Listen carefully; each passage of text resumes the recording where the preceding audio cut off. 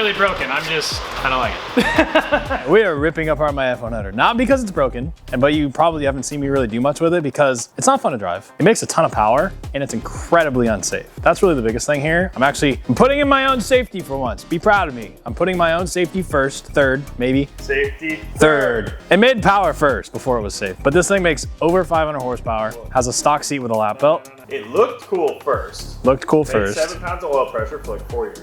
That was the first engine. Power, then it exploded like 17 times. Now it's, now you might want to do safety because that's dirty. Yep, that's, yeah, that's cool, it's fast, now you need safety. That math is mathing, yes. So yes, this is exactly how you saw it at SEMA a year ago. It is ironically SEMA week, probably the week you're watching this, maybe the week after, I don't know. A year ago today, essentially, this looked exactly like it does now. I have not changed almost anything on it. I think I put like an oil pressure fitting on it. That's the only thing I've changed. Not that the truck, there's anything wrong with it necessarily. It is an amazing truck, and this thing is absolutely gorgeous. Ergonomically, it's not really that great. I guess I'll pull this all the way up so you guys can really see everything. It's pretty dirty, just dusty really, but this thing is very difficult to clean. You cannot wipe a microfiber on this. This is not powder coat. This is base coat, clear coat. This is fully bodywork. This is painted like a black car. Literally like a BMW or a Bentley or a Ferrari. This is jet black, base clear, double clear, like super gnarly, all the way down to the frame and firewall, and everything's been shaved and flattened. If you do anything so much as touch it with your finger, you'll scratch the crap out of it, which was a great idea at first until afterwards in this state to where it's like, oh, I want to go for a drive. And then you get road grime in it, and it's like, how do you clean it? So that's why it's literally just sitting here dusty, because if I clean it without using water or spray wax or anything else, it's a process, just put it to the least. But I'm not complaining. I'm gonna drive it, I'm gonna use it, and that's what we're here to do today. So right now, this is a 507 horsepower engine that we dynoed at JBA that I designed and built myself.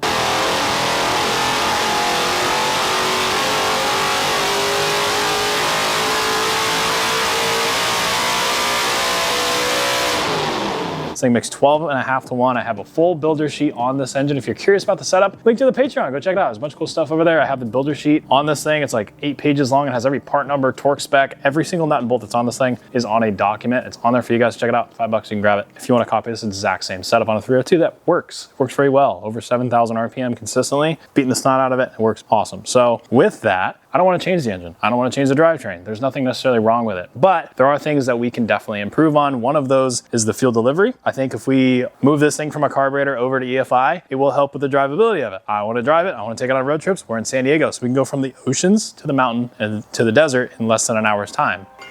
Leave me alone. In San Diego, we can go from the oceans to the mountains to the desert in literally an hour. So the elevation changes as much as 5,500 feet, which in a carburetor, especially with this much compression, is not fun. So with that, I think an EFI system would definitely be an upgrade. This does have manual steering with 13-inch wide tires up front. That is a bad combo with this much power. And it has a stock seat with a set of stock seat belts, all of which are just not really the safest thing or the most fun thing to drive. It looks awesome. Don't get me wrong. This thing looks amazing. I'm very, very proud of this truck and I love it to death. But this setup is about drivability, boys, because we want to take this thing on road trips. We want to go beat the crap out of it. And we want to have fun with it again. So with that, it takes a little bit of taking it apart and making it worse before it gets better. So with that, we got to take this thing apart. Let's get into it.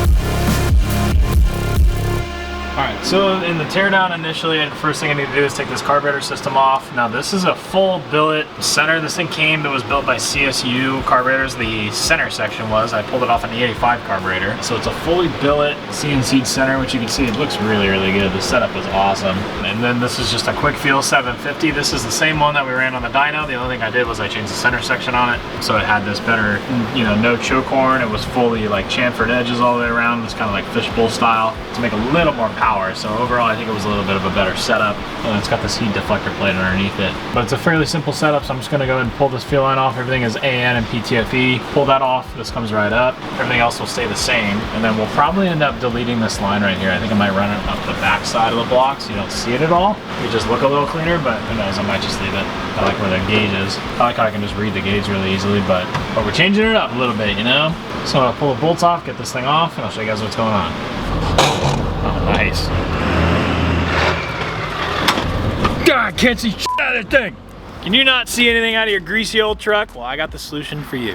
Wolfbox's G900 Tripro is the perfect solution if you want to put some tech in your truck without putting a massive ugly stereo in it. This mirror fully functions as a working dash cam with 3 different cameras, one 4K camera built into the mirror, a 2.5K built into the rear bumper, and an extra 1080p camera to ensure for 0 blind spots from any angle. All 3 of these cameras film in HDR, which allows you to clearly capture video in low light situations, which is something that a lot of cameras struggle with. This also has Wi-Fi capability and allows you to download footage directly to your phone at any time, which is a great peace of mind to have if you ever get yourself into an accident. For me, I have 3 tinted windows behind me. Between the window on the truck and both windows on the shell, it's very, very difficult for me to see out the back of this thing, and the G900 Tripro completely fixed that by allowing me to get high quality resolution right at my mirror all around the truck, so I have 0 blind spots. And on top of that, in a truck from the 90s, I now have a backup camera, which is going to make loading a trailer and backing into spots way easier with this massive truck. So if you want to add a little bit of tech to your vehicle, and on top of that, Wolfbox is having their Black Friday deal, so head over to their site and don't miss out on the savings. So with that, I wanted to give a massive thank you to Wolfbox for sponsoring today's video. Now let's get back into it.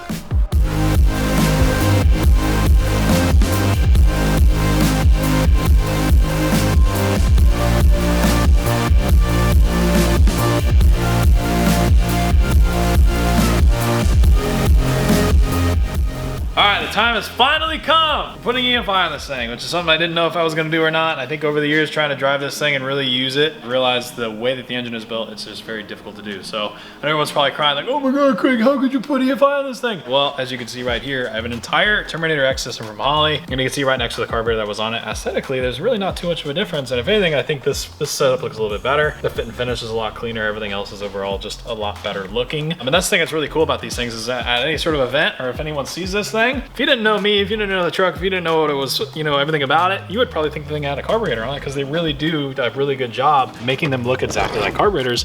And you can see this is their throttle position sensor on the one side. It's very tucked and hidden. You know, when there's an air cleaner on this thing and everything's all put together and the fuel rail comes right in front of this, you're not going to notice any of this stuff. And it really, really looks exactly like a carburetor. So you can see on the bottom side, they squeeze the injectors right underneath. So you can actually fully service this thing, take the cap off and change the injector size if you ever needed to. It's fully, you know, adjustable, just like a carburetor. It's just you're adjusting different things, which I think is sick. So I'm really, really stoked about that. Aesthetically, I think it's gonna look really, really good on this black and gold engine and black and gold engine bay. Everything's gonna look really good on there. So this is an entire install kit. We have the ECU, so I gotta figure out where I wanna mount this. And then there's an entire harness for that. There's an LCD display. This is usually what goes on my dash, kind of tucked below. A lot of guys put these like on their ashtray or somewhere up in the gauges area. And then we have an actual digital display, which this one has a suction cup mount. If I wanna put this up on my dash, you can see it has all the cables for it. I could put this on the windshield if I wanted to. You can see there's a little cup right there for it.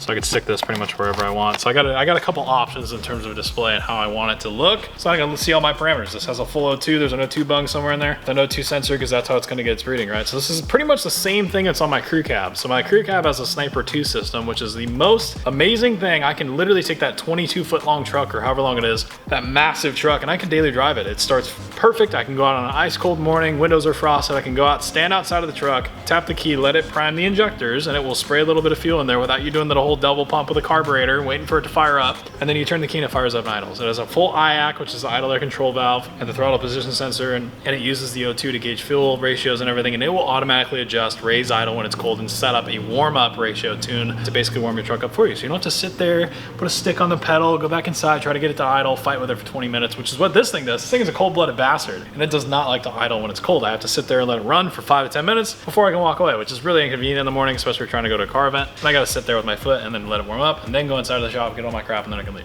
So I'm definitely over that. So this will solve all of that. And this is the Terminator X. So the main difference realistically between the Terminator X and the Sniper is the Terminator is tenfold more tunability and more face towards performance, right? So this is obviously over 12-to-1. It's very, very not street friendly, if I guess I could say that. That's the whole reason we're doing this. This thing of tunability on the street is really difficult with something with a cam curve that doesn't even start until 4,000. Really hard to tune on the street, especially when you're on the freeway, 2,000 to 3,000 RPM, the thing just hates it. So we really got to get into those minute little details, and the Terminator X will allow us to do that with this full ECU, which we can plug a laptop in and we can monitor this thing and see the health of this engine, and we can monitor it a lot closer. So as you guys know, this has been here for about 2 years now, and I was known as this small block killer, which wherever the air cleaner went, that was the whole idea. It was not because I kill small blocks. Everyone's like, oh, it should be on a big block. No, because I kept breaking them. It's an inside joke. It's a funny joke. I am the small block killer because I kept breaking them. We're not doing that anymore. So we're stepping up. We built a really badass engine. I built the engine in this. And you guys go to the Patreon, you can actually see the whole build sheet I have there of this engine. We're trying to keep it alive. So the Terminator X from Holley is going to allow us to do that with their entire install kit. You can see how many pigtails are here. This is an entire ECU harness for EFI. This might look like a lot when it's all bundled up like this. When you lay this thing out, if you look at an EFI harness in like a 90s car, like a Fox body, oh, it's way bigger than this. This is not a lot. This is super easy. It just plugs into the throttle body, plugs into the ECU. There's very easy pin outs that just plug right in. And then everything else is very, very straightforward. It's all labeled, tells you where everything is. There's power taps right here, ignition harness, tells you right there what all this stuff's for. And you can pretty much just plug it all in and they give you all the diagrams. It's idiot proof. Someone like me could put it in. It's perfect. And Holley built out the entire fuel system of this thing with Mr. Gasket and Earl's fittings. So on this one, we're changing the entire fuel system to AN. Most of it is, you can see on the entire front half, pretty much all of it is. It's hardline into AN down below. So down below, that's all hardline right there, and you can see it comes up in AN. The biggest downfall of this, and a lot of guys think I'm crazy, is I still have a cab tank. This is not fake, this is fully functional. So you can see the original fuel tank is still in this thing, which is a massive death trap and fire hazard. And the bigger problem is on a lot of these trucks, especially if you're gonna put power to them, you wanna upgrade from the 5/16 fuel line into a 3/8, which is what these trucks come with, is 5/16. So the pickup inside the tank, you can't change. You would have to make some sort of crazy welded thing and change it out. But the main pickup that goes inside and internal of the tank that's welded into it is 5/16. So no matter what I do on the outside, that main pickup is bottlenecking this truck at 5/16. So I wanna change all that. So we're gonna be running a rear mount tank. So we're gonna take this out, we're either gonna do a cell or we're gonna put a rear mount tank for the sniper system in the bed of this truck, get it out of the cab, because big safety issue. And on top of that, I'm really tall, so you can see the seat has rubbed up against the back of the cab for so long that it's rubbed into the cab and it tore the back of the seat off, which I was super, super bummed about, because I reupholstered these things like 3 or 4 years ago. And I was super proud of them, I liked them, but I don't fit in this truck. I'm too tall, I'm 6'2". 6'2" and some change with shoes, I sit in this thing, it's like, the pedal geometry sucks. I don't fit in my own truck. So we have some different seats and everything else we're gonna fit. So removing the tank will allow us to get the seat further back. So that's a whole install process on its own, but that's essentially it. So we're redoing the entire fuel system. That's just step 1 with this truck. So this thing drives horribly, steers horribly, stops horribly. So that's all 3 things we're gonna fix. So we're gonna start with driving. So we wanna make this thing run phenomenally. We wanna add tunability. We wanna add 2-step. We wanna get it on the dyno. We wanna really file in that tune. We wanna really fine tune this thing to where we can basically start it and drive it every day if I really wanted to. And I can monitor everything a lot closer. So I can beat on it a lot harder. I can turn it up without worrying. I have actual displays that will tell me when things are not happy. Because like I said, this thing's probably got about 14,000 hard miles on it already. So it's very well broken. And we're just trying to prolong this life as long as we can, right? We don't want this thing to be a bomb. So I'll have a link to pretty much everything you see here down in the description below if you guys want to check this stuff out. I know right about now, Holley is having their holiday sale. So you can save 20% off the Sniper 2, which is the exact same setup that's in my crew cab. That thing works amazing. And all Series 6 MSD boxes, those are all 20% off. There's a bunch more savings. You can head out of the description. I'll have a link for all that stuff if you guys want to go Christmas shopping. Now's the time to do it. So for some of the best prices with Holley during the year, I'll have a link down below. You can check out their holidays event and grab yourself something. Your truck deserves it. So with that, we're going to put all this stuff together and start installing it, but there's a little bit more tear down to do before we install all this stuff, but I did want to lay it all out and show you guys. So with that, we got to keep taking this thing apart. So the next thing before all this goes on is to get the rest of the fuel system out.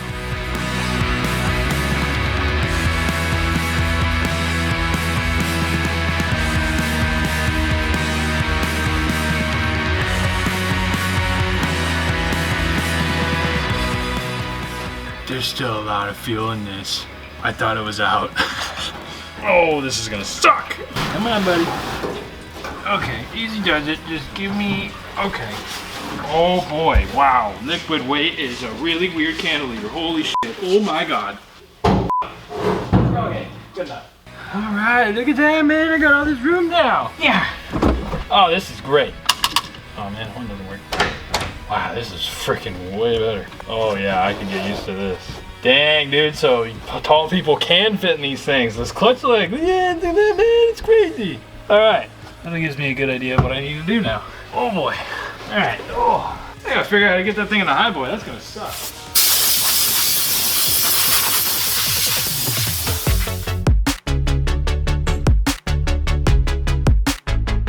This is a little little bit of a big deal, all right? Big deal. So this steering column and steering wheel are the only things in my truck that I have not changed from when I originally put it together and got it on the road almost 10 years ago. This is the original 3 on the tree green steering column. So this truck is a sports custom. It was optioned with white, Wimbledon white exterior, Wimbledon white interior, and a green accent color. So this was a dark green interior, actually, believe it or not, back when I got it. So the seats, the door panels, the dash, all that stuff was green, including the steering column. Now, if you can see, there's still a faint green color to it. Still just barely, you can barely tell, but it's almost black, so it never really bothered me. You really have to look for it to even notice that it's there. So I always left it for the longest time because, like I said, it never really bothered me. So what I'm doing now just feels weird to me, but I am actually going to cut the AFR gauge off, and I'm going to take these 2 bolts. I've already gotten it loosened on the box side, and I'm going to take this thing out. We're going to be replacing it.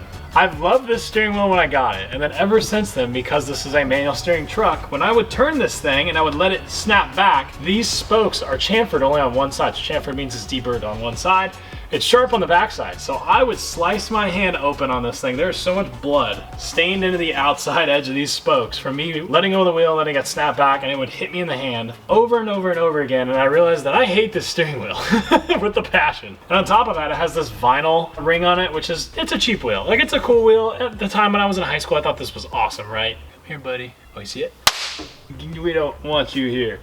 Alright, so I'm gonna go ahead and take this thing out, and we have some really cool stuff, which involves a quick release, some suede, badass steering column. It's actually black, floor shift, all the good stuff. So we're gonna take this thing out. This is the last and final piece that I haven't changed. It took me 10 years to change this. Can you believe that? Let's get this thing out. I couldn't get the actual rag joint loose on the firewall, so I'm really hoping that this thing just magically comes off with everything else. I'm optimistic. Oh my. Oh, I really hope this thing comes out. Gauge wiring. This is so cool to me, like going back and modifying stuff that I haven't modified in years, which would include the steering column wiring, which has, oh dude, I gotta take all this stuff apart.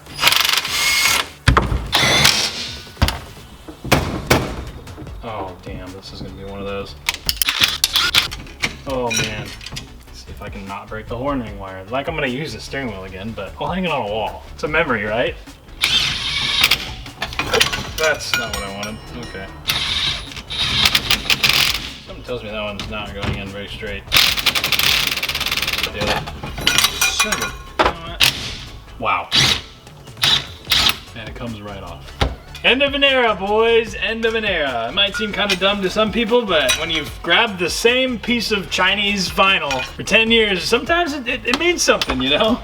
I don't know what it means, but it means something. Wow, now I'm just looking at a crooked stick. Oh, that didn't sound right. Ah, look at that. I'm not as dumb as I look sometimes. There's an entire plug right there, which means, technically, if I did this right, which I doubt I did, I unbolted everything at the column, take this out, bada boom, bada bing. Oh, that didn't work at all. You know when you put something together and you're like, yeah, that'll be future me's problem. I'm always future me, every single time. Oh, look at that. Would you look at that? Oh, please fit. Oh, balls. Ah, it fits! I don't think I've ever taken this thing out. Oh my gosh, look at the paint on the front side of that thing. Real nice. Real nice one, Craig. You did great. Paint and rubber. Well, now that I've completely immobilized my truck in any way to move it, and I have to pull an engine tomorrow in another car that doesn't fit in the shop, I don't know where I was going with that. But technically we can move forward now. That's cool. There's been the tiniest squeak in this stupid truck and I cannot find it. So with that, we get to move on to the next part. I just realized that entire clip was out of focus. Sick. But it's out. The column is finally out after like almost 10 years of owning this thing. I don't think I've ever had it out. And you can see this thing's been through a little bit. Just the color difference from the front all the way to the back. Yeah, that's paint, primer, and everything else that we sprayed on this thing to make it look good for SEMA. SEMA build, nice, good job. Yeah, paint doesn't stick to rubber, fun fact. But yeah, so now we have a blank canvas to work with, and we'll be putting a new e-power steering unit in there, which I probably don't even have yet, so it's sick. So I get to figure out where that goes. And then the rest of the interior is as you can see. So we have a lot of room, a lot of stuff to work with, which is rad. And that's what I was saying with the column, so it comes out crooked. So that's just how all of these trucks are, fun fact. So if you wanted to buy one of these, get ready for it to come out a little bit, slant a little bit to the left. But I think everybody has that problem. And then this thing gets to go in the high boy. So this thing has a couple gallons in it. Okay, at least, which I wasn't expecting. Thought it was out of gas, but apparently not. So that's gonna take 2 people to get that thing in the high boy. Because essentially the plan is to take all of the fuel system parts out of this truck and anything usable that I'm not gonna use and put it in the high boy over there. So that's kind of the goal. So I can do a low buck transfer over there. So I have pretty much no money in anything. Because if you bought it 10 years ago, it doesn't count, right? I don't know. You guys can let me know. I'm sure a bunch of you guys will say that's cheating, but either way, that's at least the tentative plan, is to put one of my old tanks in that, which I'm sure if you have a junkyard full of trucks or a junkyard nearby, you can find all this stuff for very cheap.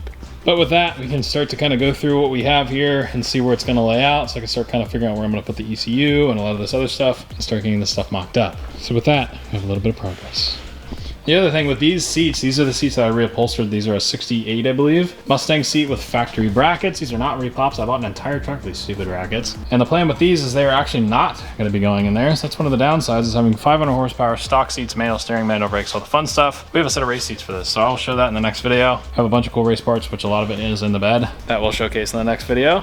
But those are actually going to go in the crew cab. So we'll make a video on redoing the interior on the crew cab. You'll see those seats come back up. It'll be really, really nice seeing a nice fresh pair of seats in that thing. And then we might do a console and something fancy. So that's at least the plan for those. Dude, no way. Look at this. Check this out. Dude, the ice cream man got a pimped out new mobile. Look at that. Dude, that thing is pimping, bro. That thing's brand new. I've never seen a brand new ice cream truck before. That's wild. All right, now time to go broke. Howdy, partner. Howdy, partner.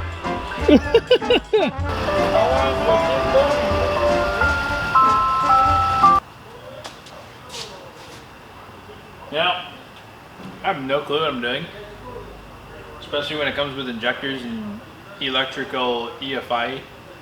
Strawberry shortcake, underrated. Oh yeah, man, that's badass. I'm stoked.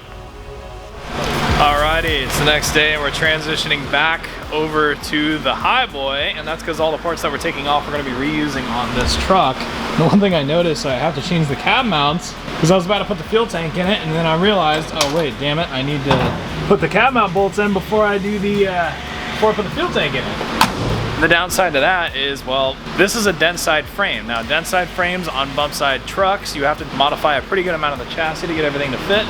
The front cab mounts, they line up pretty well, as you can see right here. But on the other side, on dent sides, the cab mount's on the outside. On a bump side, highboy or any bump side, the cab mount's on the inside. So there's not, that tab there does not exist. So what I did, being stupid, was I re-drilled it and put a bolt in it, and you can obviously see that bolt does not fit in this very center whatsoever. And it was late last night, I wasn't paying attention, and I was just trying to get it done. And then of course you look, that doesn't line up like at all. And then you go to this side, and then you're like, damn, that really doesn't line up at all. So then you're like, all right, it can't be that bad. So you take my tape measure. So you come over here and you measure it, and you're like, okay, that's like, all right, that's like 19, 20 inches, cool. From my angle, it's 20 inches. So then you come over to this side, and you're like, oh yeah, that's got to be the same, right? And then you realize that it is indeed not the same. So moral of the story is, don't rush, really think about what you're doing, especially when it's custom. And so on these trucks, yes, you have to re-drill the rear cab mounts to get them to line up again. There is a dial, you can see where the center line was, and where I was supposed to drill this thing. Pretty much in the center of that. So if I honestly just moved it an inch that way and drill a new hole, everything should line up fine and dandy. So that's what I'm gonna do. And I'm gonna put the fuel tank in it, and we're gonna be done. But yeah, front cab mounts were obviously C's, those were junk, hot garbage, and then the rears were just as hard to get off. So that was a ton of fun, but they're not rotten, which is good, because this truck and the chassis and everything was very, very solid, which was good. So with that, let's get to drilling and cutting, because that's all I've been doing the last 8 hours. Alright, first thing is to try to get these out. They are always stuck. I hate these things. What I typically do is I just kind of go straight for the air hammer. I don't really do the whole like, oh, let's see if it comes loose. They don't. It's not even worth it. There's a sleeve in the middle of this. I'm gonna break that in half.